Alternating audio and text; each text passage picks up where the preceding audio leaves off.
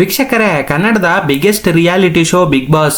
ಈ reality show ಇಷ್ಟೊಂದು ಜನಪ್ರಿಯ ಗಳಿಸೋದಕ್ಕೆ ಮುಖ್ಯ ಕಾರಣ ಅಭಿನಯ ಚಕ್ರವರ್ತಿ ಕಿಚ್ಚ ಸುದೀಪ್ ಅವರು. ನಿರಂತರವಾಗಿ 11 ಸೀಸನ್ಗಳನ್ನು ಅಂದರೆ 11 ವರ್ಷಗಳು ಅಷ್ಟೇ ಕುತೂಹಲವನ್ನ ಕಾಪಾಡಿಕೊಂಡು ನಿರೂಪಣೆ ಮಾಡಿದಂತಹ ಬಿಗ್ ಬಾಸ್ ಇತಿಹಾಸದಲ್ಲಿಯೇ ನಂಬರ್ 1 ನಿರೂಪಣೆ ಎನಿಸಿಕೊಂಡಂತಹ ನಟ ಬಾದ್ಶಾ ಕಿಚ್ಚ ಸುದೀಪ್ ಅವರು. ಆದರೆ ಇದೀಗ ಮುಂದಿನ ಸೀಸನ್ ಮಾಡುವುದಿಲ್ಲ ಎಂದು ಈಗಾಗಲೇ ಹೇಳಿಕೊಂಡಿದ್ದಾರೆ. ಇದರಿಂದ 11 ವರ್ಷ ಸುದೀರ್ಘ ಜರ್ನಿಗೆ ಅಂತ್ಯ ಹೇಳಿದ್ದಾರೆ. ಕಿಚ್ಚ ಸುದೀಪ್ ಅವರ ಕೊನೆಯ ಸೀಸನ್ ಆಗಿರುವುದರಿಂದ ಸಾಕಷ್ಟು ಜನರು ಬಿಗ್ ಬಾಸ್ ಸೀಸನ್ 11 ಅನ್ನು ನೋಡುತ್ತಿದ್ದರು. ಇದಕ್ಕೆ ಸಾಕ್ಷಿ ಎಂಬಂತೆ ಹನುಮಂತನಿಗೆ ಬಿದ್ದ ವೋಟ್ ಬರೋಬ್ಬರಿ 5.5 ಕೋಟಿಯಷ್ಟು ದಾಟಿತ್ತು.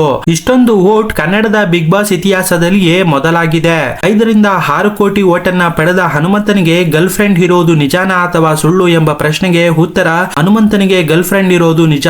ಸರಿಗಮಪ ಶೋನಲ್ಲಿಯೇ ಈ ವಿಷಯವು ರಿವೀಲ್ ಆಗಿತ್ತು. ಆದರೆ ಇದರ ಬಗ್ಗೆ ಎಷ್ಟೋ ಜನಕ್ಕೆ ತಿಳಿದಿರಲಿಲ್ಲ. ಆದರೆ ಬಿಗ್ ಬಾಸ್ ಬಂದ ಮೇಲಂತೂ ಇನ್ನಷ್ಟು ಕುತೂಹಲ. ಹನುಮಂತನ ಗೆಳತಿ ಯಾರು ಅನ್ನುವ ಪ್ರಶ್ನೆ ಜನರಲ್ಲಿ ಹೆಚ್ಚಾಗಿದೆ. ಆದರೆ ಇದರ ಬಗ್ಗೆ ಹನುಮಂತನ ಫ್ಯಾಮಿಲಿ ಹುಡುಗಿ ಯಾರೆಂದು ಎಲ್ಲಿಯೂ ಬಿಟ್ಟುಕೊಟ್ಟಿಲ್ಲ. ಅಷ್ಟೇ ಅಲ್ಲದೆ ಹನುಮಂತು ಅರೇಂಜ್ ಮ್ಯಾರೇಜ್ ಆಗಲಿದ್ದಾರಂತೆ. ಅವರದೇ ಜಿಲ್ಲೆಯ ಹಾವೇರಿಯಲ್ಲಿ ಹುಡುಗಿಯನ್ನ ನೋಡಿದ್ದಾರಂತೆ ಎನ್ನಲಾಗುತ್ತಿದೆ. ಆದರೆ ಕೆಲವು ಯೂಟ್ಯೂಬರ್ಗಳು ಹನುಮಂತನ ಮದುವೆಯಾಗುತ್ತಿರುವುದು ಖ್ಯಾತ ಸೀರಿಯಲ್ ನಟಿ ಎಂದು ಸುಳ್ಳು ಮಾಹಿತಿಯನ್ನ ಹಬ್ಬಿಸುತ್ತಿದ್ದಾರೆ.